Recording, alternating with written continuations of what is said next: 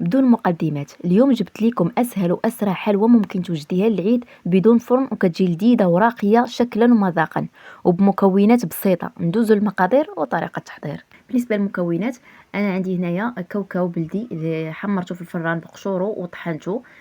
تقدروا تخدموا بالكاوكاو الرومي، وتقدروا تخدموا باللوز حتى هو كذلك. تحمريه في الفران بقشورو وكطحنيه. هنا عندي واحد الكميه من الكوك اللي حمرته. الكوك فاش كيتحمر كيعطي مذاق زوين. هنا عندي البسكوي اللي طحنته. تقدروا تخدموا باي بسكوي عندكم، انا خدمت بهذا، درت 3 من هذا. المهم كيبقى الكميه على حسب الرغبه، على حسب المتوفر عندك. هنا عندي الكراميل اللي كنت خدمته معاكم في الفيديو السابق، هو باش كنجمع هاد العقده ديالي. وانتم تقدروا تجمعوه اما بالعسل ولا بالكراميل، يعني على حسب المتوفر عندكم. تقدري تجمعيه بالعسل والكراميل في نفس الوقت. هنا كيف ما كتلاحظوا كنخلط المكونات كامله. انا ما غاديش يكفيني هاد الكراميل، غندي نزيد عليه العسل. نكمل بالعسل حتى كي نحصل على واحد العقده اللي نقدر نجمعها ونقدر نتحكم فيها. كناخذ سيليكون بهذا الشكل او اي شكل متوفر عندكم كيف ما ممكن تستغناي عليه.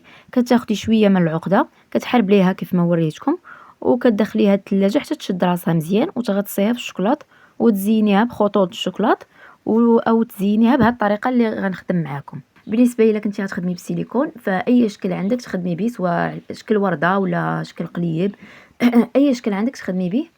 المهم كتاخدي الشوكولات كتذوبيه وكتعمري هذاك الشكل بالشوكولات. غير الجوانب، ماشي عمر كامل، غير الجوانب، تخلي البلاصه ديال الحشوه. المهم ان الجوانب خصهم يكونوا عامرين مزيان، يعني فيهم الشوكولات مغطين بالشوكولات. صافي، وكتدخليه الثلاجه حتى ينشف، اولا كتخليه حداك غير ينشف الا كان الجو بارد. صافي، وبعد ما كينشف لينا الشوكولات كنديروا العقده ديالنا.